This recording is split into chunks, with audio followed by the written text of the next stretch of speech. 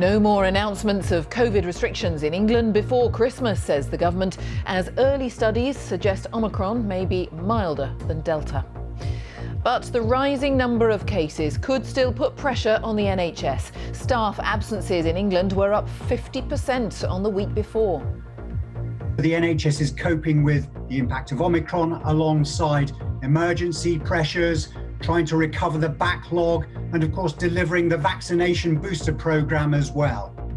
We'll be discussing today's latest findings and what it means for the NHS. Also this lunchtime, a stark warning from the energy industry: household bills could rise by up to 50% next year unless the government intervenes. Waiting for a parcel delivery? Beware of scam texts saying you owe postage. More than 500,000 such messages are expected to be sent this week.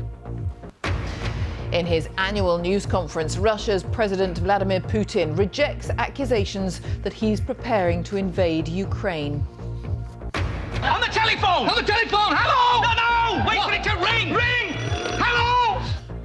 And The Stash in the Attic, a 50-year-old episode of Morecambe and Wise found in a loft, will be broadcast on Christmas Day.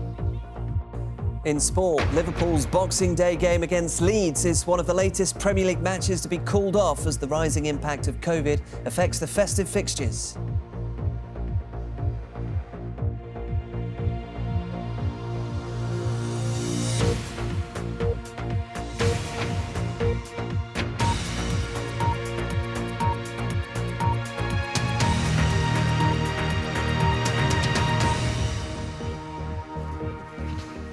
Hello, good afternoon. Welcome to the BBC News at 1.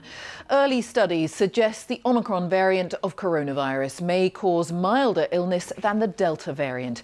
Scientists say the findings are good news, but warn that the sheer number of cases could still overwhelm the NHS.